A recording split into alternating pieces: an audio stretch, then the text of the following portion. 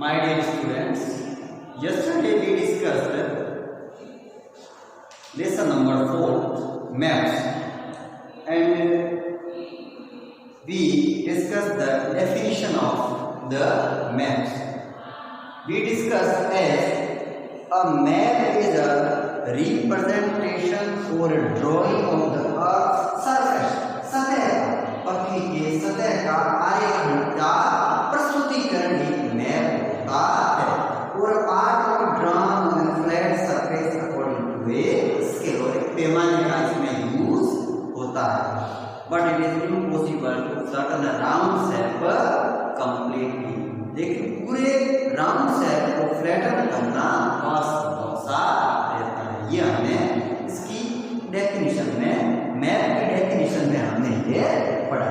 अब उसके बाद में next we discuss that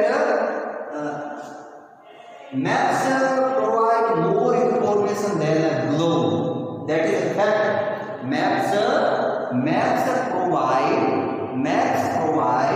more information than a globe. Maps provide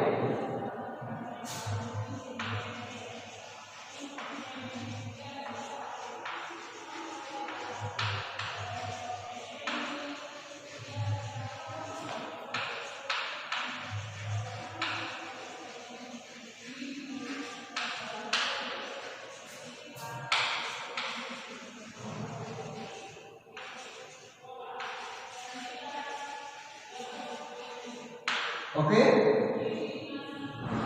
maps provide more information than a globe. Maps globe की अपेक्षा ज्यादा सूचनाएं, ज्यादा जानकारी हमें प्रदान करते हैं. ठीक है.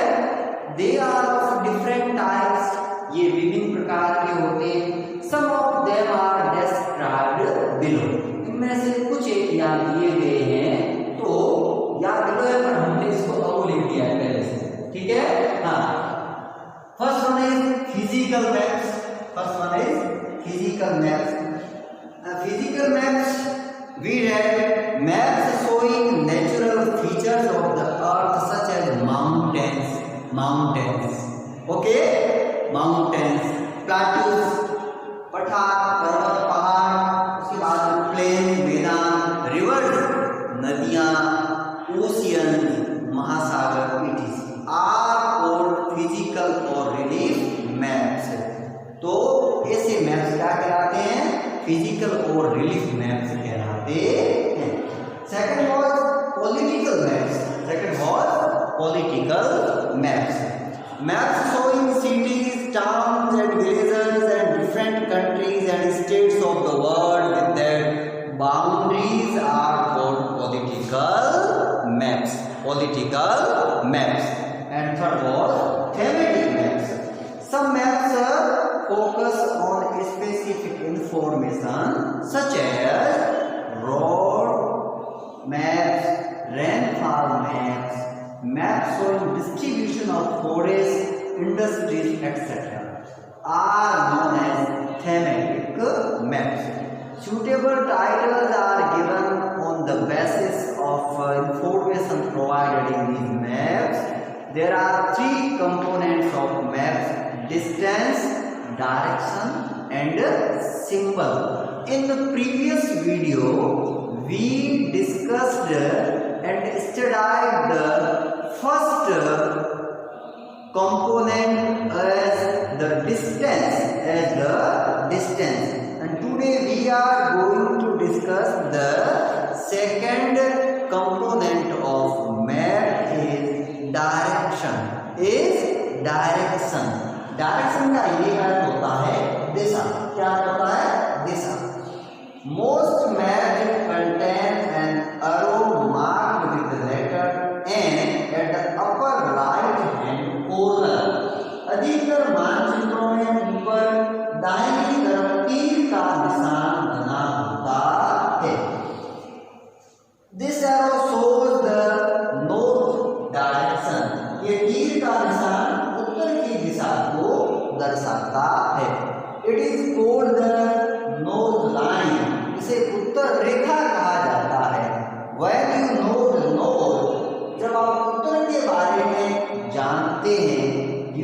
फाइंड आउट अदर डायरेक्शन, तो आप दूसरी दिशाओं को के बारे में पता लगा सकते हैं।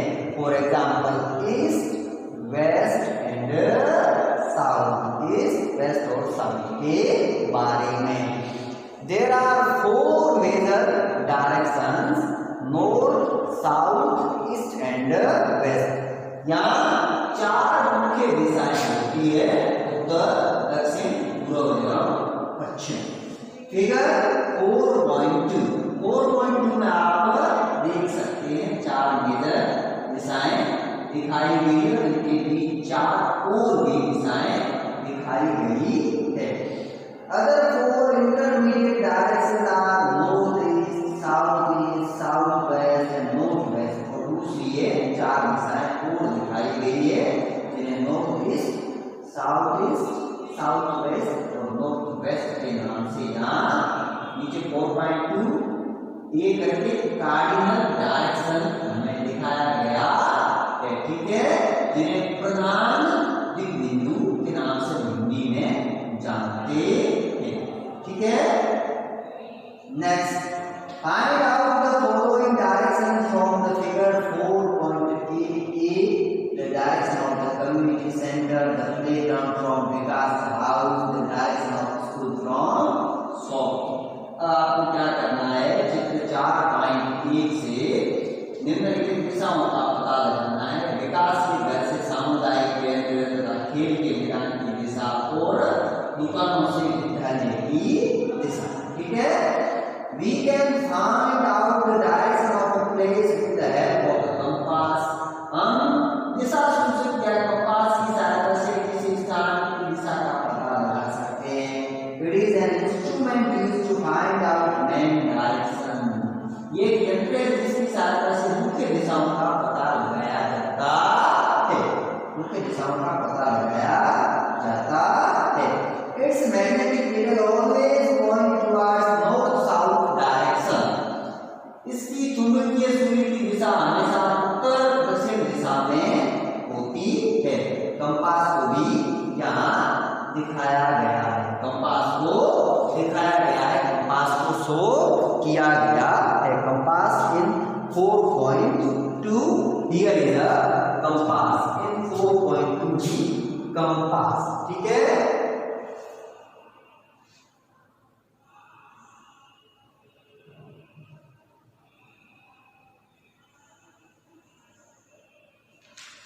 On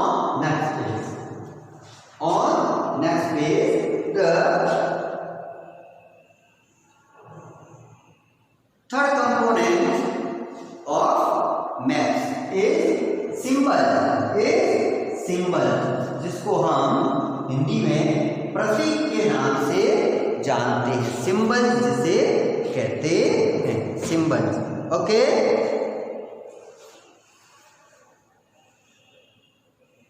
it is the third important component of a map. ये किसी भी मानचित्र का तीसरा प्रमुख घटक है। It is not possible to draw on a map the actual shape and size of different features such as building, road, bridges, trees, railway lines और वेल। किसी भी मानचित्र पर वास्तविक आकार एवं प्रकार के विभिन्न आकृतियां जैसे भवनों, सड़कों, पुलों, वृक्षों, रेल की पटरियों या कुएं को दिखाना संभव नहीं होता है। So they are shown by using certain letters, shades, colors, pictures and lines। ताकि हम क्या करते हैं, इनको दिखाने के लिए निश्चित अक्षरों, छायाओं, रंगों, चित्रों तथा रेखाओं का उपयोग करके इन्हें दर्शाए जाते हैं। With these symbols give a lot of information in a limited space। ये चित्र, ये प्रतीक कम स्थान में अधिक जानकारी प्रदान करते हैं।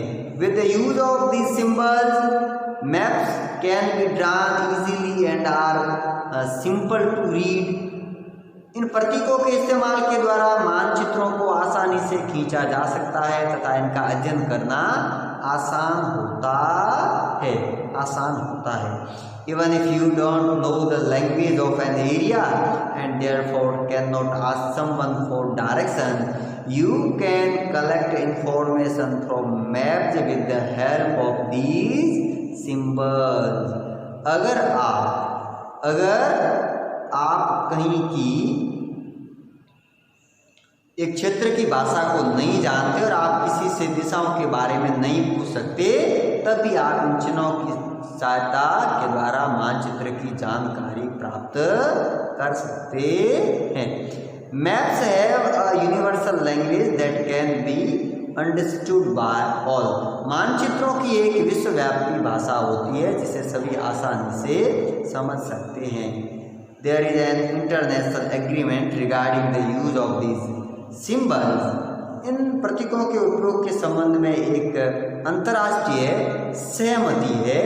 दे आर कॉल्ड कन्वेंशनल सिंबल्स और ये रूढ़ प्रतीक कहे जाते हैं। कन्वेंशनल सिंबल्स या रूढ़ प्रतीक कहे जाते हैं। Some of the conventional symbols are shown in the figure 4.3।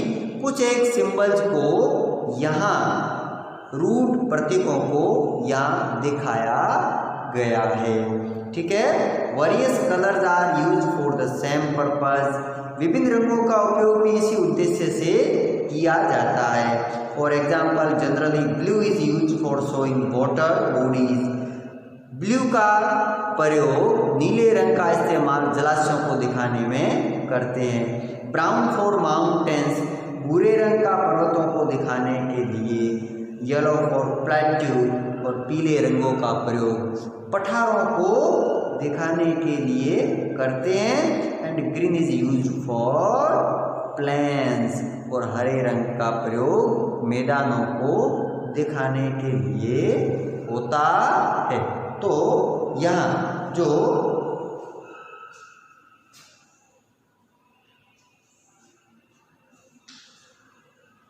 on page number 26 here is conventional symbol।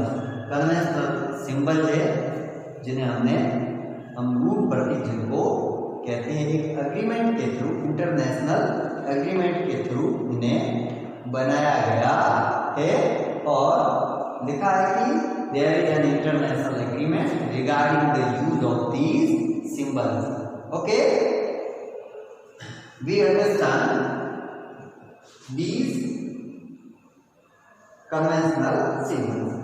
Railway line, road gauge, meter gauge and railway station. First one is road gauge, second is meter gauge and third figure is railway station. Okay, roads. There are two types of road.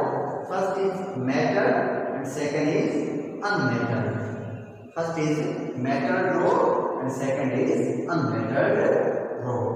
Boundary, international, state, district. First is international boundary, second is state boundary and third is district boundary. Okay. Fourth point, river, well, tank, canal and bridge. Okay, here are first is river, second is well, third is tank, fourth is canal and fifth is bridge. Okay, next is temple. First is temple, second is church and third is mosque and fourth is छतरी, जिसको अपन छतरी कहते हैं, छतरी बनाई जाती है देवताओं वगैरह। Okay, next is post office PO, third is post and telegraph office PTO and fourth is PS police station. Okay, first is settlement and second is graveyard. Next is trees and grass. This is the conventional symbols. Conventional symbols. And in next figure 4.4, we can see Sundarpur village and its surrounding areas. Okay.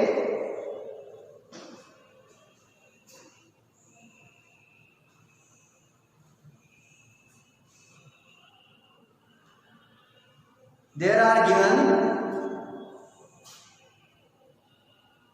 PTO, PS, school, river, Sundarpur village, RS, railway line, trees,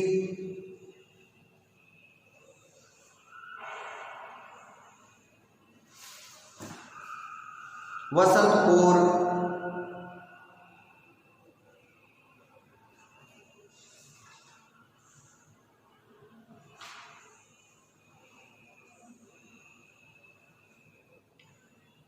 we can understand the figure 4.4 through the help of conventional symbol.